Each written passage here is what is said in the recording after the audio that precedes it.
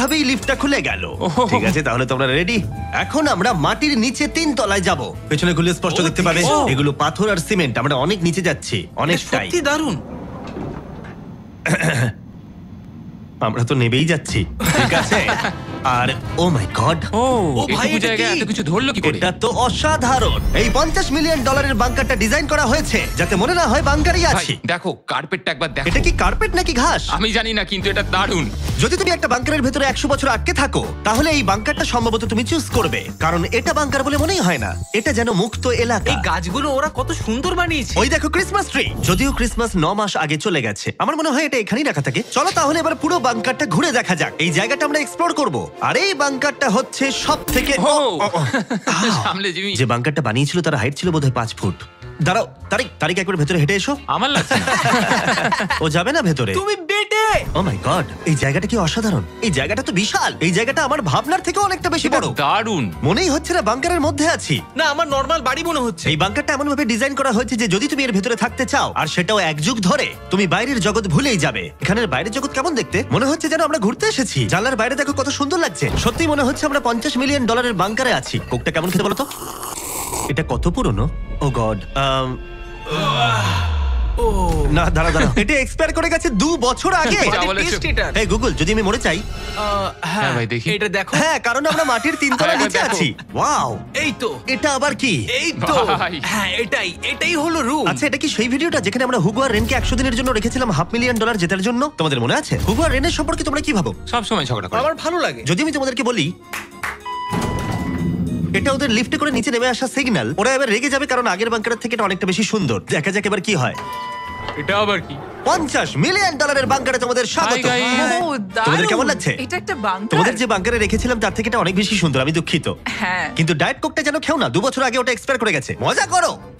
Yes. লড়াই করো না, আমাকে এইভাবে অসম্মান করো না। তুমি একটা বোকা।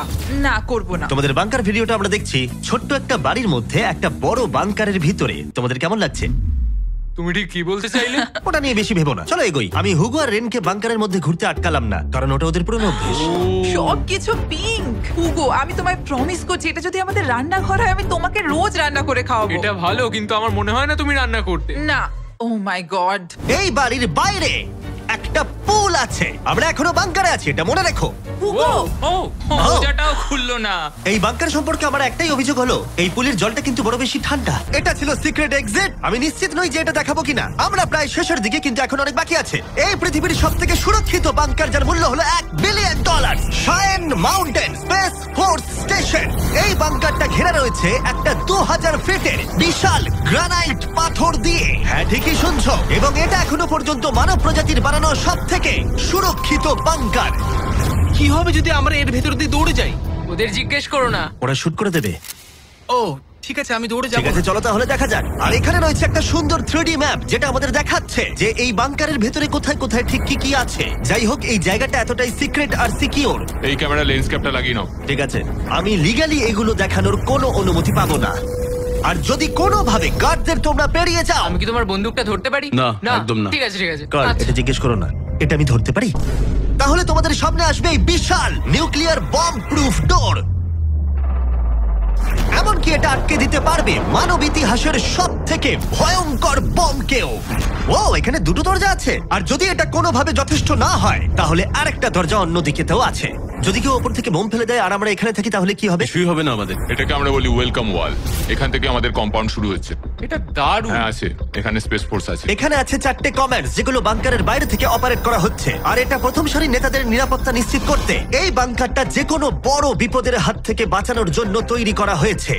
আর এটা সব রকম বিপদকে পেরিয়ে যেতে পারবে। এই মাউন্টেন আর বাংকারের মধ্যে একটা গ্যাপ তৈরি করা রয়েছে। এই বাংকারে স্প্রিং লাগানো রয়েছে যাতে এটা নিউক্লিয়ার অ্যাটাক অথবা ভূমিকম্পের শক ওয়েভ আটকাতে পারে।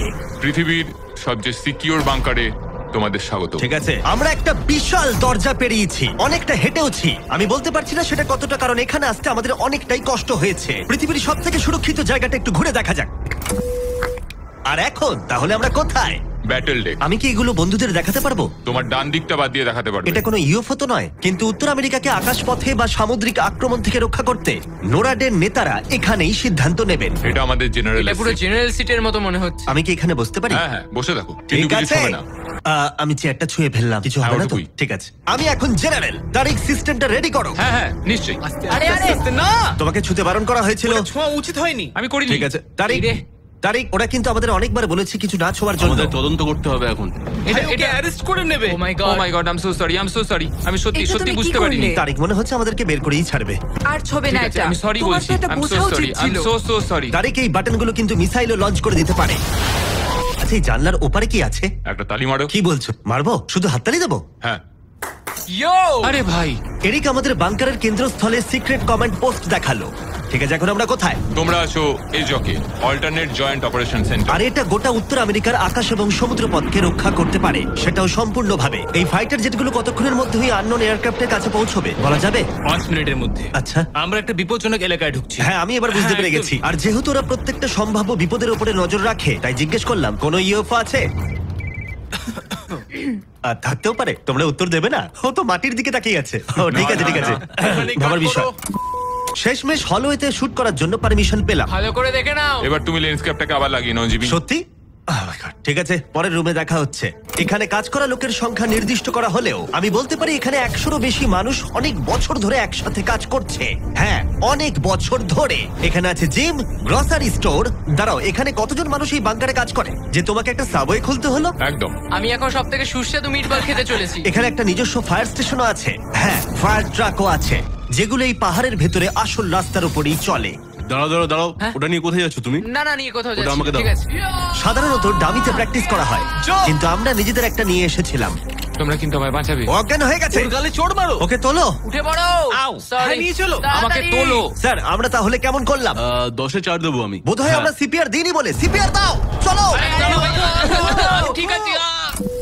কিছু বাংকার ব্যাকইয়ার্ডে লুকোনো আছে, আর অনেক টাকা দিয়ে প্রতিবেশীদের কাছেও লুকোনো রয়েছে। এবং অন্য কিছু এতটাই সার্ভাইভাল এবং লাক্সারিয়াস যে তাদের নিজস্ব ওয়াটার পার্কও আছে। কিন্তু এটার সাথে কারোর তুলনা চলে না।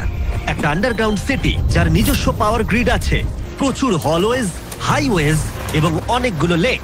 ওয়াও, এই বাংকারটা একদিন উত্তর আমেরিকা এবং গোটা মানব প্রজাতিকে রক্ষা করবে। একটা কাজ তোমায় এবার করতে হবে, ক্যামেরাটা বন্ধ করো। এটা করার আগে তুমি কি বলতে পারবে সাবস্ক্রাইব না করলে ইউএস মিলিটারি শাস্তি দেবে? একদমই না। ঠিক আছে, আমি চেষ্টা করেছিলাম। দেখার জন্য ধন্যবাদ।